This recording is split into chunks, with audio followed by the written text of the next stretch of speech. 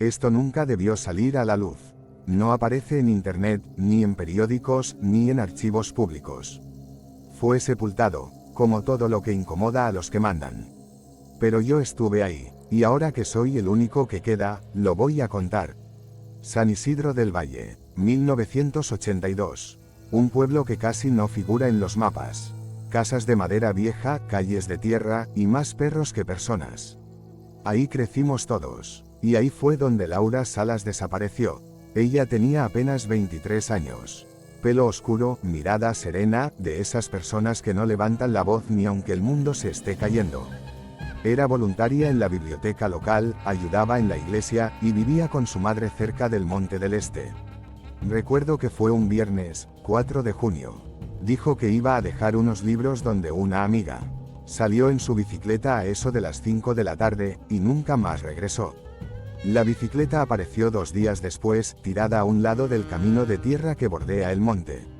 Sin barro, sin huellas, sin señales de forcejeo. Nada. La policía dijo que se había fugado. Que era joven, que a lo mejor tenía otro novio, que se quería ir. Pero los que la conocíamos sabíamos que eso era imposible. Laura no era así, y lo más extraño fue lo que pasó esa misma noche. La radio del pueblo, una emisora local que apenas transmitía noticias, rancheras viejas y mensajes comunitarios, empezó a sonar con una interferencia como de susurros. No era estática, eran voces. La mayoría no se entendían. Pero entre todas, una se escuchó clara, como si estuviera hablándole directamente a alguien. Todavía no es su turno. Pensamos que era una broma macabra. Alguien jugando con las frecuencias. Pero pasó más de una vez. Por días. Y siempre a la misma hora, las 7:40 de la mañana Después de una semana, la radio dejó de emitir esa interferencia. Y todos empezaron a olvidar.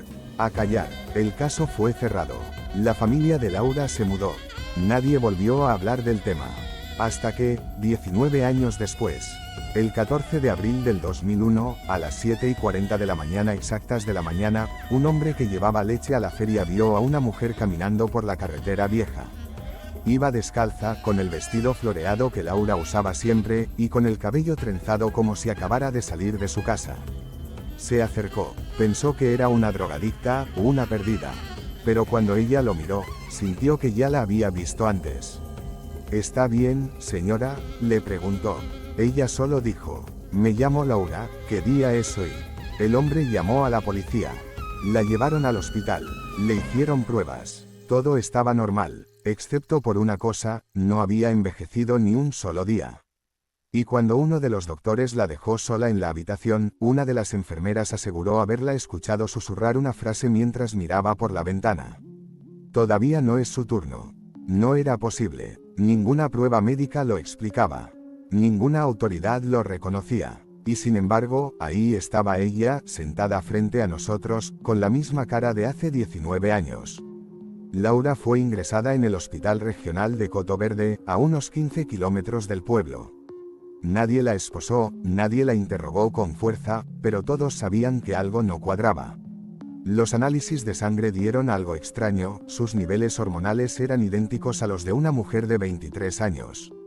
Ni un indicio de envejecimiento. Sus dientes no tenían desgaste. Su piel, sin arrugas.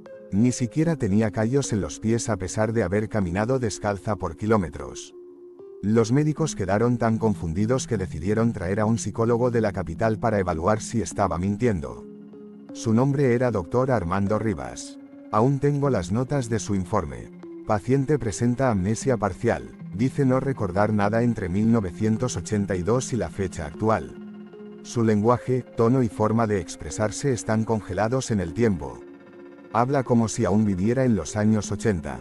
Cuando le mostraron un celular, no supo qué era. Cuando escuchó una canción moderna por el altavoz del hospital, se sobresaltó.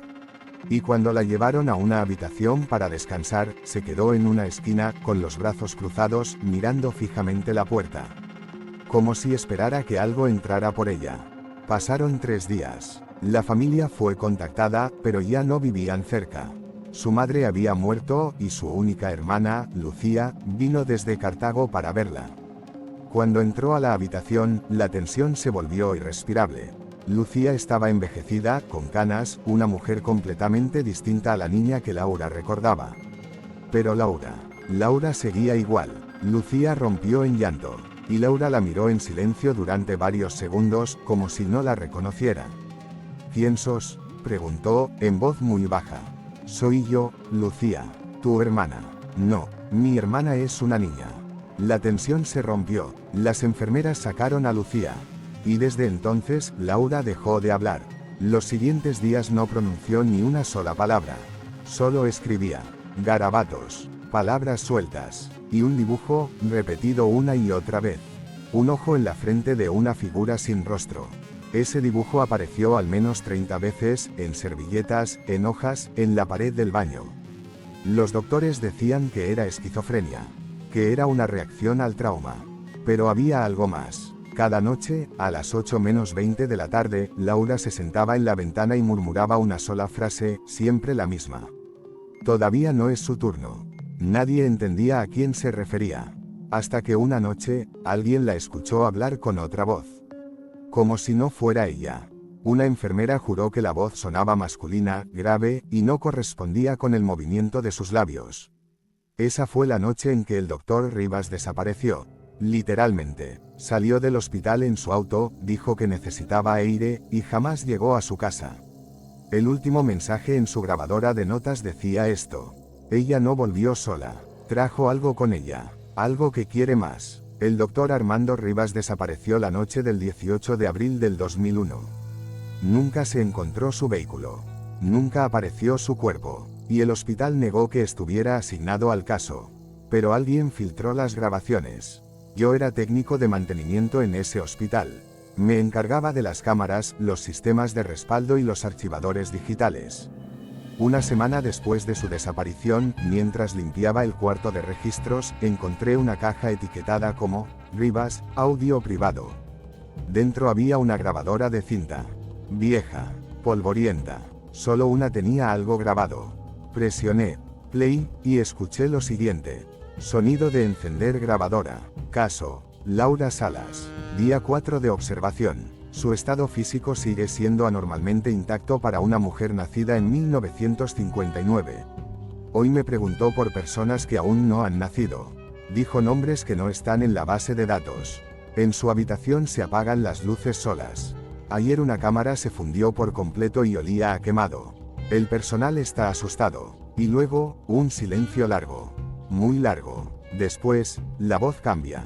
Ya no suena como el doctor, sino como otra cosa, hablando desde muy cerca del micrófono. Te dije que ella no debía regresar. Pero ustedes no escuchan. Ahora hay deuda. El audio termina con un grito.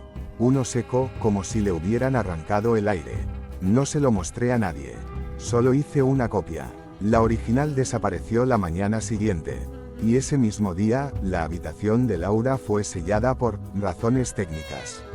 Según los informes oficiales, fue trasladada a una clínica privada. Nadie supo cuál, pero yo vi algo más esa noche. Las cámaras del pasillo captaron algo que nadie explicó. A las 7:40 de la mañana en punto, una sombra pasó frente a la habitación. Medía más de 2 metros, no tenía forma definida, y cuando tocó la puerta, la cerradura se derritió. A la mañana siguiente, Laura ya no estaba. Y el hospital negó que alguna vez la hubiera recibido. Busqué los archivos, las fichas, las placas. Todo había sido borrado, como si Laura nunca hubiese existido. Pero yo sé lo que vi. Y no soy el único. Porque 4 semanas después, otra mujer apareció, con la misma mirada, la misma ropa de hace décadas, y repitiendo las mismas palabras. Todavía no es su turno. Primero fue Laura, luego fue Silvia. Pero cuando apareció la tercera, ya no lo podían esconder más. Algo está usando a estas mujeres como portales, o como advertencias. Y todo empezó mucho antes. Se llamaba Claudia Méndez, y apareció caminando por la estación vieja de trenes de Pinar del Sur, a 40 kilómetros del pueblo original.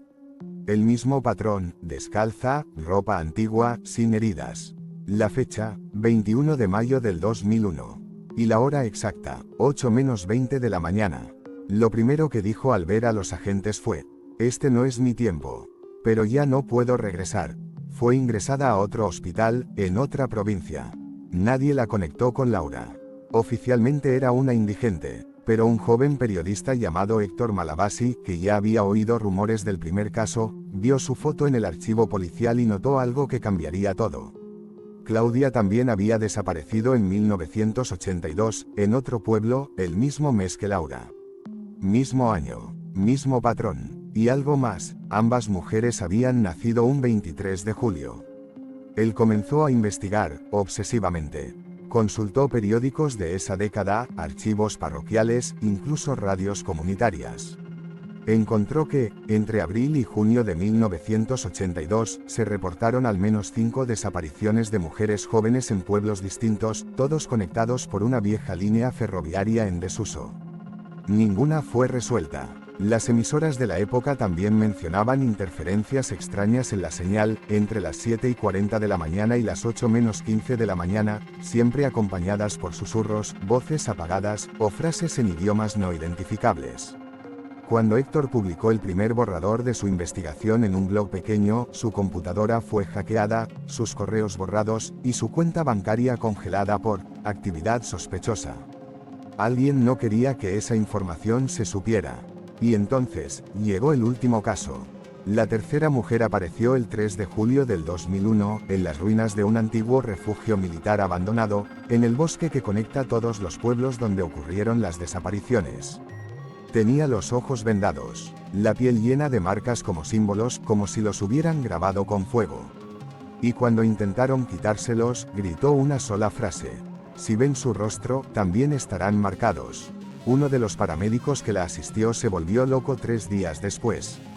Se arrancó los ojos, y escribió con sangre en la pared de su celda: 7:40 de la mañana no es una hora, es un umbral. Todo esto llegó a mí años después. Lo recolecté en silencio, porque nadie quiso hablar, ni siquiera los familiares. Pero hubo algo más. Una libreta olvidada del periodista Héctor, recuperada después de su desaparición, tenía un mapa. Y en el centro del mapa, marcado con tinta negra, una palabra escrita con prisa: Nexo. Ese punto quedaba exactamente donde desapareció Laura por primera vez. La palabra estaba escrita con rabia, como si el periodista hubiera sabido que no tendría tiempo de explicarlo. Nexo. Un punto en medio del bosque, lejos de todo, donde las desapariciones habían comenzado. No estaba en ningún mapa moderno, ni siquiera en registros antiguos. Pero seguí la coordenada marcada por Héctor en su libreta, caminando a pie durante horas por un sendero olvidado, rodeado de árboles tan altos que tapaban la luz. Cuando llegué, el aire cambió. No lo digo como metáfora. El aire era más pesado, más frío, y lo más extraño, no se escuchaban pájaros, ni insectos, ni viento, nada, solo silencio. En medio del claro, encontré lo que parecía una antigua construcción de concreto, hundida en la tierra. Sin ventanas, sin señales de vida, una estructura circular, como una tapa enterrada. Había símbolos grabados alrededor, los mismos que tenía la tercera mujer en su piel. Me acerqué, toqué el concreto, y en ese momento, mi reloj se detuvo. Marcaba exactamente las 8:20 de la mañana. Y escuché algo detrás de mí. Un murmullo, bajo, como una respiración mezclada con palabras imposibles. Me giré, y ahí estaba ella, Laura. La misma cara, el mismo vestido, pero sus ojos ya no eran humanos. Negros, completamente negros, sin pupilas, sin alma. Ella habló sin mover los labios. Su voz era como si saliera de la tierra misma. Este no es tu turno, pero lo será. La construcción empezó a temblar. Del centro emergió un vapor negro, espeso, como humo, pero no tenía olor. Solo presión. Sentí que algo intentaba entrar en mi mente. Corrí, no sé cómo salí del bosque. No sé cuánto tiempo estuve ahí. Cuando llegué a la carretera, mi reloj volvió a funcionar. Eran las 7:41 de la mañana. Desde ese día, cada mañana, esa hora me despierta. Y a veces, cuando no hay nadie más en casa, la radio se enciende sola. Y solo dice una frase: todavía no es tu turno. Si llegaste hasta aquí, no cierres esta historia sin dejar tu huella. Suscríbete al canal, activa la campanita, y prepárate, porque el miedo real apenas